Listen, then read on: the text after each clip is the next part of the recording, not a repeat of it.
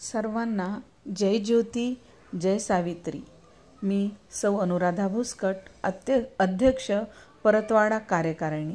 सर्वप्रथम सावित्री शक्तिपीठाचे संस्थापक अध्यक्ष सन्माननीय गुरुवर्य कुळधरण सर यांना माझा नमस्कार आणि नुकत्याच HSC पास झालेल्या सर्व विद्यार्थ्यांचे हार्दिक अभिनंदन आणि सर्व पालकांना सुद्धा माझा सस्नेह नमस्कार।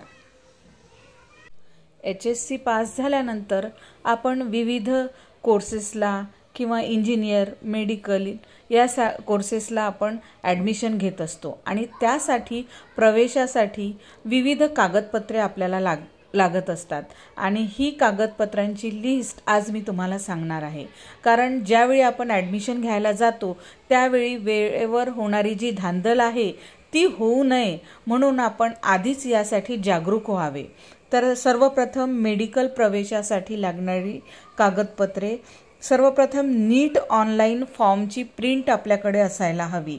त्याचप्रमाणे नीटचे प्रवेशपत्रसुद्धा, नीटची मार्कलिस्ट, तसेच 10वीची मार्कलिस्ट, 10वी सर्टिफिकेट, 10वीचे बोर्ड सर्टिफिकेट, 12वीचे मार्कलिस्ट, 12वीचे बोर्ड सर्टिफिकेट, नॅशनॅलिटी सर्टिफिकेट, रहिवासी प्रमाणपत्र, 12वीची TC, medical certificate, fitness certificate, Aadhaar card, उत्पन्न प्रमाणपत्र किंवा वडिलांचा फॉर्म नंबर 16 जो आपण इन्कम टॅक्ससाठी वापरतो तो, त्याचप्रमाणे मुलाचे राष्ट्रीय बँकेतील खाते, मुलाचे तसेच आईवडिलांचे दोघांचेही पॅन कार्ड, तर मागासवर्गीय जर असतील तर त्यांना जातीचे प्रमाणपत्र, जात वैधता प्रमाणपत्र, त्याचप्रमाणे नॉन क्रिमिलियर प्रमाणपत्र जे एकदा काढले तर 3 वर्षापर्यंत त्याची मर्यादा लागू होते।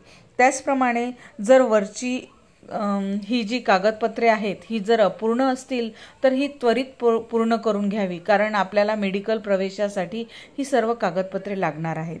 त्याचप्रमाणे इंजिनिअरिंग प्रवेशासाठी लागणारी कागदपत्रे खालीलप्रमाणे आहेत: MS CET online form print, MS CET पत्र, तसेच MS CET मार्कलिस्ट, 10वीची मार्कलिस्ट, 10वीची बोर्ड सर्टिफिकेट, 10वीची मार्कशीट, नॅशनल सर्टिफिकेट, रहिवासी प्रमाणपत्र, 12वीची TC, आधार कार्ड, उत्पन्न प्रमाणपत्र किंवा वडिलांचा फॉर्म नंबर 16, राष्ट्रीय बँकेतील खाते, तसेच फोटो।